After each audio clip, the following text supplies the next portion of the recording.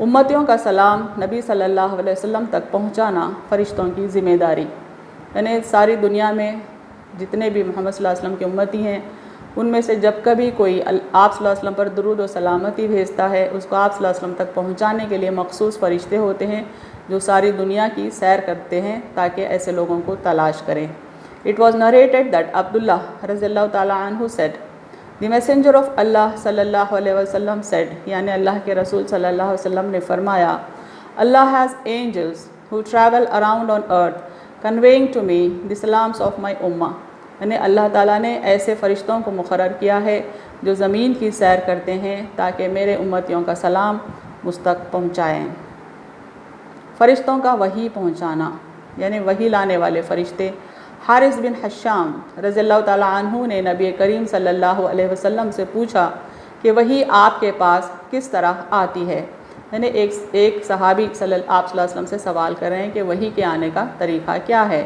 حضرت صلی اللہ علیہ وسلم نے فرمایا کہ کئی طرح سے آتی ہے، کبھی فرشتے کے ذریعے آتی ہے تو وہ گھنٹی بجنے کی آواز کی طرح نازل ہوتی ہے۔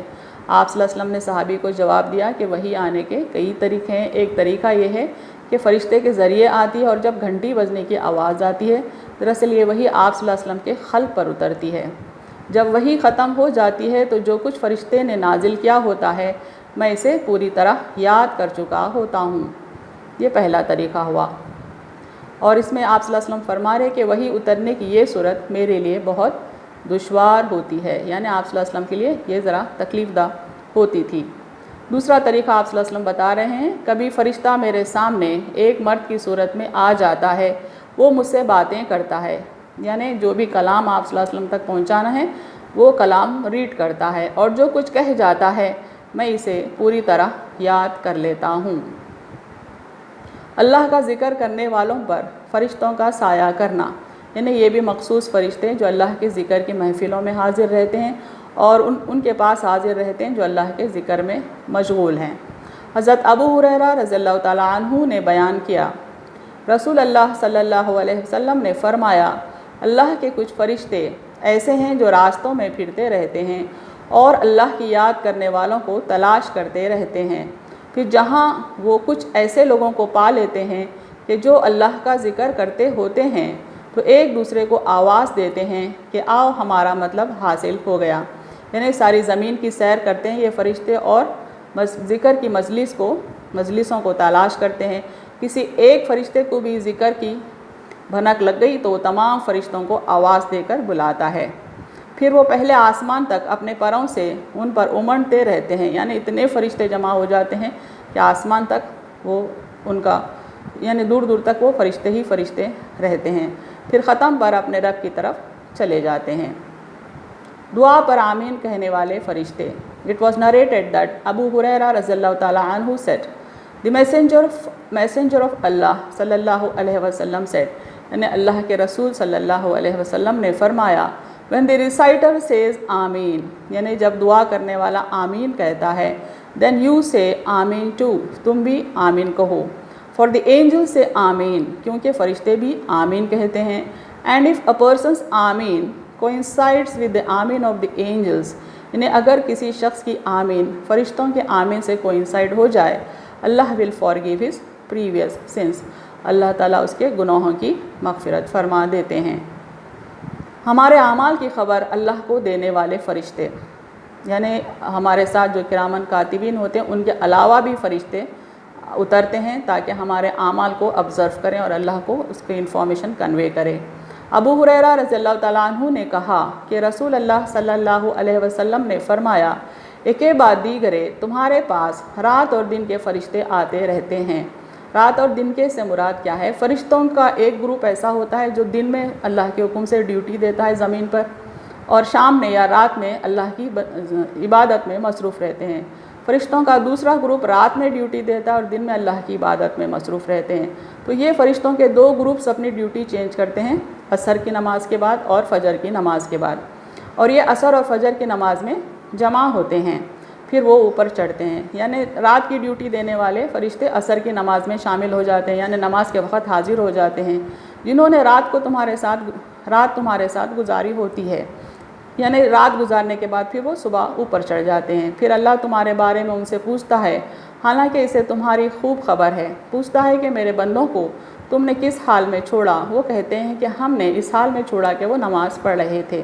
یعنی دن کی ڈیوٹی دینے والے فرشتے عصر کے بعد ڈپارٹ ہوتے ہیں، اس طرح سے رات کی ڈیوٹی دینے والے فجر کے بعد ڈپارٹ ہوتے ہیں۔ فرشتوں کا قرآن کی تلاوت کے وقت حاضر رہنا۔ نریٹڈ ابو ہریرہ رضی اللہ تعالیٰ عنہ ریگارڈنگ اللہ موسٹ ہائی سیئنگ، یعنی اللہ تعالیٰ قرآن میں فرماتے ہیں وَقُرْآنَ الْفَجْرِ إِنَّ قُرْآنَ الْفَجْرِ كَانَ مَشْهُودًا and recite the Quran in the early dawn, یعنی فجر کے وقت قرآن کی تلاوت کیا کرو۔ Verily the recitation of the Quran in the early dawn is ever witness, بے شک فجر کے وقت قرآن کا تلاوت کرنا مشاہدے کا باعث ہوتا ہے۔ دی پروفٹ صلی اللہ علیہ وسلم سیڈ، یعنی ہمارے نبی کریم صلی اللہ علیہ وسلم نے اس آیت کی تشریح کی، it is witnessed by the angels of the night and the angels of the day. مشاہدہ کرنے والے کون ہوتے ہیں؟ رات کی ڈیوٹی دینے والے فرشتے بھی اور پھر دن کی ڈیوٹی دینے والے فرشتے بھی، یہ سب کے سب فجر کے وقت حاضر رہتے ہیں۔ اللہ کے عرش کو اٹھانے والے فرشتے، الذین یحملون العرش ومن حولہ یسبحون بحمد ربہم ویؤمنون بہ ویستغفرون للذین آمنوا ربنا وسعت کل شیء رحمۃ وعلما فاغفر للذین تابوا واتبعوا سبیلک وقہم عذاب الجحیم۔ جو فرشتے عرش کو اٹھائے ہوئے ہیں اور جو اس کے گرد ہیں وہ اپنے رب کی حمد کے ساتھ تسبیح کرتے رہتے ہیں۔ یہاں یہ بتایا جا رہا ہے کہ اللہ کے عرش کو اٹھانے والے خاص فرشتے بھی ہیں اور عرش کے اطراف بھی فرشتے موجود ہوتے ہیں جو اللہ کی حمد کے ساتھ پاکی بیان کرنے میں مصروف رہتے ہیں اور اس پر ایمان لاتے ہیں اور مومنین کے لیے بخشش مانگتے ہیں، یعنی وہ اللہ پر ایمان بھی رکھتے ہیں اور جو مومن بندے ہیں زمین پر ان کے لیے مغفرت کی دعا مانگتے ہیں کہ اے ہمارے رب، تیری رحمت اور تیرا علم سب پر حاوی ہے، پھر جن لوگوں نے توبہ کی ہے اور تیرے راستے پر چلتے ہیں انہیں بخش دے۔ یعنی زمین پر جو بندے اللہ کے راستے پر چلتے ہیں ان کے گناہوں کی مغفرت مانگتے ہیں وہ فرشتے، اور انہیں دوزخ کے عذاب سے بچا لے، یعنی اللہ سے ریکویسٹ کرتے ہیں کہ انہیں دوزخ کے عذاب سے بچا لے۔ ان کی دعا مزید کنٹینیو ہوتی ہے اس طرح سے، اے ہمارے رب، اور انہیں بہشتوں میں داخل کر جو ہمیشہ رہیں گی جن کا تو نے ان سے وعدہ کیا ہے۔ یعنی صرف عذاب جہنم سے نجات کی دعا ہی نہیں کر رہے فرشتے، بلکہ مومن بندوں کے حق میں جنت میں داخل کرنے کی بھی دعا کر رہے ہیں اللہ سے، اور ان کو جو ان کے باپ دادوں اور ان کی بیوی اور ان کے اولاد میں سے نیک ہیں، بے شک تو غالب حکمت والا ہے۔ یعنی صرف مومن بندوں کے لیے دعا نہیں ہو رہی ہے بلکہ ان کے فور فادر جو نیک تھے اور جو ان کے ڈیسینڈنٹ جو نیک تھے ان تمام کے ساتھ ان مومن بندوں کو جنت میں ڈالنے کی گزارش ہو رہی ہے، ریکویسٹ ہو رہی ہے، دعا ہو رہی ہے، اور انہیں برائیوں سے بچا۔ اور مزید اللہ سے دعا ہے کہ مومن بندوں کو گناہوں سے بچانے کی، اور جس کو تو اس دن برائیوں سے بچائے گا سو اس پر تو نے رحم کر دیا، اور یہ بڑی کامیابی ہے۔ یعنی حشر کے میدان کی سختی سے بھی، پکڑ سے بھی، گرفت سے بھی ان مومن بندوں کو بچانے کی دعا فرشتے کرتے ہیں۔ فرشتوں کا شہر مدینہ کی حفاظت کرنا۔ حضرت ابو ہریرہ رضی اللہ عنہ نے بیان کیا کہ رسول اللہ صلی اللہ علیہ وسلم نے فرمایا کہ مدینہ کے راستوں پر فرشتے ہیں، نہ اس میں تعاون آ سکتا ہے نہ دجال، یعنی مدینہ شہر کہ اللہ تعالیٰ حفاظت کر رہے ہیں مخصوص فرشتوں سے، نہ ہی تعاون اس میں انٹر ہو سکتا ہے اور نہ ہی دجال اس میں انٹر ہو سکتا ہے، کیونکہ وہ فرشتوں کی حفاظت میں ہے اللہ کے حکم سے۔ بارش کے فرشتے، وَيُسَبِّحُ الرَّعْدُ بِحَمْدِهِ وَالْمَلَائِكَةُ مِنْ خِيفَتِهِ وَيُرْسِلُ الصَّوَاعِقَ فَيُصِيبُ بِهَا مَن يَشَاءُ وَهُمْ يُجَادِلُونَ فِي اللَّهِ وَهُوَ شَدِيدُ الْمِحَالِ۔ اور رعد یعنی بارش کا فرشتہ اس کی پاکی کے ساتھ اس کی تعریف کرتا ہے، اور سب فرشتے اس کے ڈر سے اور بجلیاں بھیجتا ہے، پھر انہیں جس پر چاہتا ہے گرا دیتا ہے، اور یہ تو اللہ کے بارے میں جھگڑتے ہیں حالانکہ وہ بڑی قوت والا ہے۔ یعنی اللہ کی قدرت کا یہاں پہ ایک مثال بیان کرتے ہیں اللہ تعالیٰ کہ بارش برسانے والے فرشتے اور ان کا جو بھی سپروائزر ہوتا ہے، ان میں جو سپیریئر ہوتا ہے، تمام کے تمام اللہ کی حمد و ثنا بیان کرتے ہیں۔ فرشتوں کا ماں کے پیٹ میں بچے کی تقدیر لکھنا۔ انس بن مالک رضی اللہ تعالیٰ عنہ نے کہا، نبی کریم صلی اللہ علیہ وسلم نے فرمایا، اللہ تعالیٰ نے رحم مادر پر یعنی ماں کے پیٹ پر ایک فرشتہ مقرر کر دیا ہے اور وہ کہتا رہتا ہے، اے رب یہ نطفہ قرار پایا ہے۔ ایسا نہیں کہ اللہ کو نہیں معلوم ہے، لیکن فرشتے کو کچھ ذمہ داری دی گئی ہے، اس کے سبب وہ اللہ سے مسلسل کمیونیکیٹ کرتا رہتا ہے۔ اے رب اب علقہ یعنی جمع ہوا خون بن گیا ہے، اے رب اب مضغہ یعنی گوشت کا لوتھڑا بن گیا ہے۔ پھر جب اللہ تعالیٰ چاہتا ہے کہ اس کی پیدائش پوری کرے تو وہ پوچھتا ہے، اے رب لڑکا ہے یا لڑکی، یعنی فرشتہ اللہ سے پوچھتا ہے کہ یہ فیمیل ہونے والا ہے یا میل ہونے والا ہے، نیک ہے یا برا، اس کی روزی کیا ہوگی، اس کی موت کب ہوگی۔ اسی طرح یہ سب باتیں ماں کے پیٹ ہی میں لکھ دی جاتی ہے، یعنی اللہ تعالیٰ سے فرشتہ ڈیٹیلز معلوم کر کے وہ بچے کی تقدیر لکھ دیتا ہے، دنیا میں اسی کے مطابق ظاہر ہوتا ہے، یعنی اس کام کے مخصوص فرشتوں کو اللہ نے مقرر کر رکھا ہے۔ فرشتوں کا میت کے ساتھ ساتھ چلنا۔ It was narrated from Anas رضی اللہ تعالیٰ عنہ that a funeral passed by the messenger of Allah صلی اللہ علیہ وسلم and he stood up. It was said, it is the funeral of a Jew. He said, we stood up for the angels. یعنی ایک جنازہ آپ صلی اللہ علیہ وسلم کے پاس سے گزر رہا تھا، آپ کھڑے ہو گئے، لوگوں نے کہا کہ یہ ایک یہودی کا جنازہ ہے، تب آپ صلی اللہ علیہ وسلم نے فرمایا کہ ہم فرشتوں کے لیے ٹھہرے ہیں، یعنی میت کو لے جا رہے تھے فرشتے، نامہ اعمال تیار کرنے والے اور اس کو اللہ کے آگے پیش کرنے والے فرشتے۔ ما یلفظ من قول الا لدیہ رقیب عتید وجاءت کل نفس معها سائق وشہید وجاءت کل نفس معها سائق وشہید۔ وہ منہ سے کوئی بات نہیں نکالتا، یعنی انسان منہ سے کوئی بات نہیں نکالتا مگر اس کے پاس ایک ہوشیار محافظ ہوتا ہے، یعنی ایک فرشتہ ہوتا ہے ریکارڈ کرنے والا، اور ہر ایک شخص آئے گا اس کے ساتھ، یعنی حشر کے دن ہر انسان اس فرشتے کے ساتھ کس کے ساتھ آئے گا؟ اس کے ساتھ ایک ہانکنے والا اور ایک گواہی دینے والا ہوگا، یعنی کرامن کاتبین جو ہمارے اعمال ریکارڈ کر رہے ہیں وہ اپنے اعمال نامے کو اللہ کے آگے پیش کریں گے۔ ایک تو انسان کو ہانکنے والا یعنی آگے بڑھانے والا ہوگا، اور دوسرا اس انسان پر گواہ بن کے حاضر ہوگا۔ فرشتوں کا دوزخیوں کو سزا دینا۔ عبداللہ بن مسعود رضی اللہ تعالیٰ عنہ narrated that the messenger of Allah صلی اللہ علیہ وسلم said, hell will be brought forth on that day, that is the day of resurrection, having 20,000 bridles, and with every handle will be 70,000 angels dragging it۔ عبداللہ بن مسعود رضی اللہ تعالیٰ عنہ سے روایت ہے، آپ صلی اللہ علیہ وسلم نے فرمایا کہ جہنم لائی جائے گی حشر کے دن، جہنم آگے کی جائے گی، سامنے لائی جائے گی حشر کے دن، اور اس پر 70,000 بریڈلز یعنی 70,000 وہ زنجیروں میں باندھی ہوئی ہوگی، اور اس پہ ہینڈلز ہوں گے، اور ہر ہینڈل پہ 70,000 اینجلز یعنی 70,000 فرشتے ہر ہینڈل کو مینیج کریں گے، اس کو ڈریگ کرتے ہوئے، گھسیٹتے ہوئے حشر کے میدان میں موجود رہنے والوں کے آگے اس کو ظاہر کریں گے۔ فرشتوں کا دوزخیوں کو سزا دینا۔ کلما القی فیہا فوج سألہم خزنتها الم یاتکم نذیر۔ کلما القی فیہا فوج سألہم خزنتها الم یاتکم نذیر۔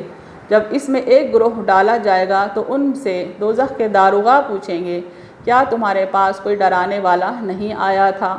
یعنی دوزخ کے جہنم کے فرشتے پوچھیں گے جہنمیوں سے، کیونکہ جہنمیاں چیخیں گے، چلائیں گے، تب وہ پوچھیں گے کہ کیا تمہارے پاس کوئی نبی، کوئی پیغمبر، کوئی وارن کرنے والا نہیں آیا تھا؟ وہ اقرار کریں گے کہ آیا تھا۔ سورہ ملک کی آیت ہے۔ اس سلسلے میں ایک حدیث بھی ہے، صفوان بن یعلا سے خبر دی، انہوں نے اپنے والد کے واسطے سے انہوں نے نبی کریم صلی اللہ علیہ وسلم کو ممبر پر اس طرح آیت پڑھتے سنا۔ صفوان بن یعلا نے خبر دی، انہوں نے اپنے والد کے واسطے سے انہوں نے نبی کریم صلی اللہ علیہ وسلم کو ممبر پر اس طرح آیت پڑھتے سنا، وَنَادُوا یا مالک، اور وہ دوزخی پکاریں گے، اے مالک۔ یہ ہے مالک دوزخ کا بڑا فرشتہ، دوزخ کا نگران۔ اس سلسلے میں آیت بھی دیکھیں، وَنَادَوْا یا مالک لِيَقْضِيَ عَلَيْنَا رَبُّكَ قَالَ إِنَّكُمْ مَاكِثُونَ۔ اور وہ پکاریں گے، اے مالک تیرا پروردگار ہمارا کام تمام کر دے۔ یعنی دوزخ کے فرشتے کو، داروغہ کو پکار رہے ہیں کہ اللہ سے بولیں کہ ہمارا کام تمام کر دے، ہم کو موت دے دے، ہم کو تکلیف برداشت نہیں ہوتی۔ وہ کہے گا بے شک تمہیں تو ہمیشہ رہنا ہے، یعنی وداؤٹ اینی ڈاؤٹ تم کو تو اٹرنل لائف جینا ہے جہنم میں، اٹرنلی تم کو عذاب بھگتنا ہے۔ اللہ ہم تمام کو محفوظ رکھے عذاب دوزخ سے۔ فرشتوں کی دعا دنیا والوں کے حق میں۔ ابو ہریرہ رضی اللہ تعالیٰ عنہ نے کہا کہ نبی اکرم صلی اللہ علیہ وسلم نے فرمایا، کوئی دن ایسا نہیں جاتا کہ جب بندے صبح کو اٹھتے ہیں تو 2 فرشتے آسمان سے نہ اترتے ہوں۔ ایک فرشتہ تو یہ کہتا ہے کہ اے اللہ خرچ کرنے والے کو اس کا بدلہ دے، اور دوسرا کہتا ہے کہ اے اللہ اور بخیل کے مال کو تلف کر دے۔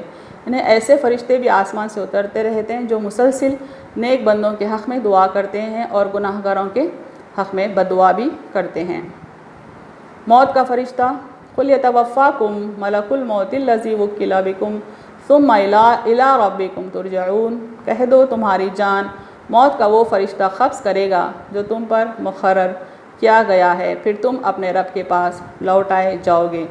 جس طرح روح پھونکنے کے لیے ماں کے پیٹ میں بچے میں روح پھونکنے کے لیے بھی فرشتے مقرر ہیں، اس طرح سے روح قبض کرنے کے لیے بھی اللہ نے فرشتوں کو مقرر کر رکھا ہے۔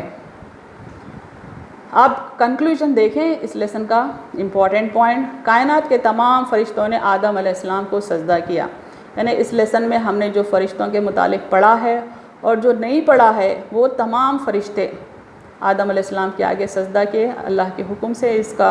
اس بات کی دلیل دیکھیں نیچے سورہ حجر کی آیتیں ہیں، فَإِذَا سَوَّيْتُهُ وَنَفَخْتُ فِيهِ مِن رُّوحِي فَقَعُوا لَهُ سَاجِدِينَ فَإِذَا سَوَّيْتُهُ وَنَفَخْتُ فِيهِ مِن رُّوحِي فَقَعُوا لَهُ سَاجِدِينَ فَسَجَدَ الْمَلَائِكَةُ كُلُّهُمْ أَجْمَعُونَ، پھر جب میں اسے ٹھیک بنا لوں اور اس میں اپنی روح پھونک دوں، یہ اللہ تعالیٰ فرما رہے ہیں فرشتوں سے کہ جب میں اسے ٹھیک بنا لوں، یعنی جب آدم علیہ السلام کو بنانا مکمل کر لوں اور جب اس میں اپنی روح پھونک دوں تو تم اس کے آگے سجدے میں گر پڑنا۔ یہ حکم تھا تمام ملائکہ کو، پھر سب کے سب فرشتوں نے سجدہ کیا، کلہم اجمعین، یعنی تمام کائنات کے فرشتوں نے اللہ کے حکم سے آدم علیہ السلام کو سجدہ کیا۔